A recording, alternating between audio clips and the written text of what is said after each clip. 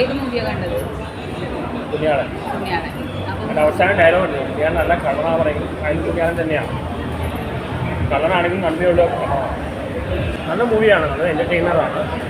ഒരു ദിവസം കൊണ്ട് ലാഗ് തോന്നിയില്ല, എഡിറ്റിങ് നന്നായിട്ട് ചെയ്തിട്ടുണ്ട്, നല്ല ഡയറക്ഷൻ സ്ക്രിപ്റ്റും എല്ലാം നല്ലതാണ്. ഫാമിലി എൻ്റർടൈനറാണ്, തിയേറ്ററിൽ പോയി ഫാമിലി കാണുന്ന പടമാണ്. എനിക്ക് ക്രിസ്മസ് സമയത്ത് രണ്ട് പടമായിരുന്നു, അത് ക്രിസ്ത്യൻ പശ്ചാത്തലത്തിൽ ഫിലിമാണ്. പിന്നെ അഭിനയത്തോടെ ഭയങ്കര പെർഫോമൻസാണ്, MOUS ചെയ്യുന്ന നല്ല പെർഫോമൻസാണ്.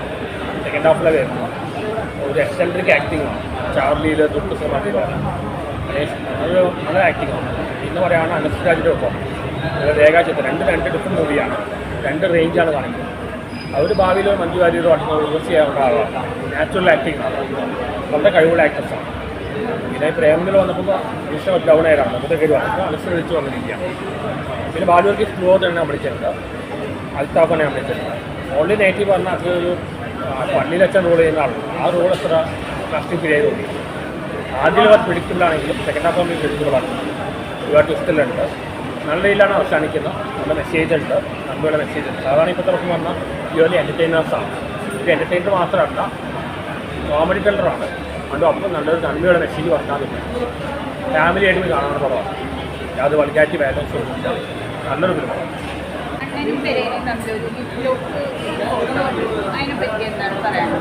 അത് AI ടെക്നോളജി മിസ്യൂസ് ചെയ്യുക. AI വന്നപ്പോൾ പണ്ട് മിസ്യൂസ് പറഞ്ഞാണ്,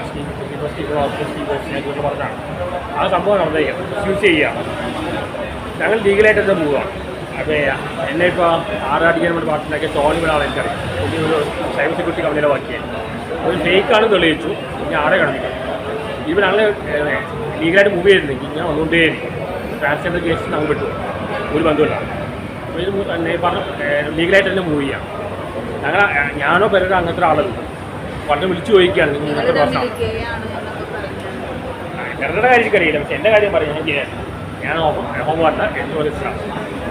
വളരെ മോശമായി ഞാൻ ആവശ്യത്തില്ല വളരെ മോശമായി പോയി. എത്തിക്സിലായ്മയാണ്. എൻ്റെ ടെക്നോളജി എന്തുകൊണ്ട് തന്നെ ആദ്യം വേണ്ട എത്തിക്സാണ്. എത്തിക്സ് ഇല്ലാത്ത കുഴപ്പമാണ്. എന്തായാലും ലീഗലായിട്ട് മൂവ് ചെയ്യാം.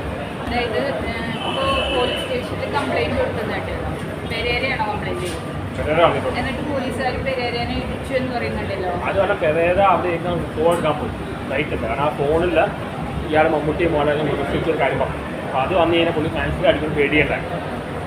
അപ്പോൾ ആ ഫോണിൻ്റെ പ്രശ്നം ഉണ്ടാക്കിയപ്പോൾ ഞാൻ പോലീസുകാരെ ഇടപെട്ടത്. അപ്പോൾ ഇതും പറഞ്ഞു സൂപ്പർ സ്റ്റാറാണ് അങ്ങനെ പറഞ്ഞു. അപ്പോൾ അവർ പറഞ്ഞു ഈ ഇന്ത്യൻ്റെ കേസ് കാണിച്ചാൽ ഇവിടെ ഒന്നും കാണിക്കേണ്ട പറഞ്ഞു, രണ്ട് വല്ലു കൊടുത്തു. അതിൻ്റെ വീഡിയോ ഞാൻ കണ്ടു, അത് പുറത്തൊന്നും എത്തില്ല. എന്തായാലും പുള്ളിക്ക് എന്താ അറിയില്ല, തല്ലിട്ടി ബ്രൈറ്റ് അത് ഓക്കെ ഒരു സ്റ്റേജ് അനുഭവിച്ച് പുള്ളി കയ്യിൽ വിട്ടുപോയി, കാര്യം കൈ വിട്ടു. അതിനെ തെരുവിളി അടി ഭയങ്കര വയലൻ്റായി. ഞാൻ ആദ്യത്തെ കാണുന്ന പുള്ളിയാണ്. പക്ഷേ വളരെ ക്യാപ്ഷൻ വന്നത് ആറാട്ടത്തിന് തെറിച്ചതാണ്.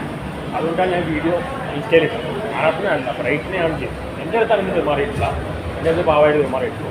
ഇത് എന്താ ചെയ്തത്, ഒരു സ്റ്റേജ് അനുഭവിക്കും ഫിലിം നഷ്ടമാവും. അവരും ഈഗോ പ്രോബ്ലമുണ്ട്, പക്ഷേ നാളെ തുടങ്ങിയിട്ട് അവരും ചെറിയ പ്രശ്നമുണ്ട്. അതാണ് ഫൈനലി ബേസ്റ്റ് ഔട്ട് ചെയ്തത്.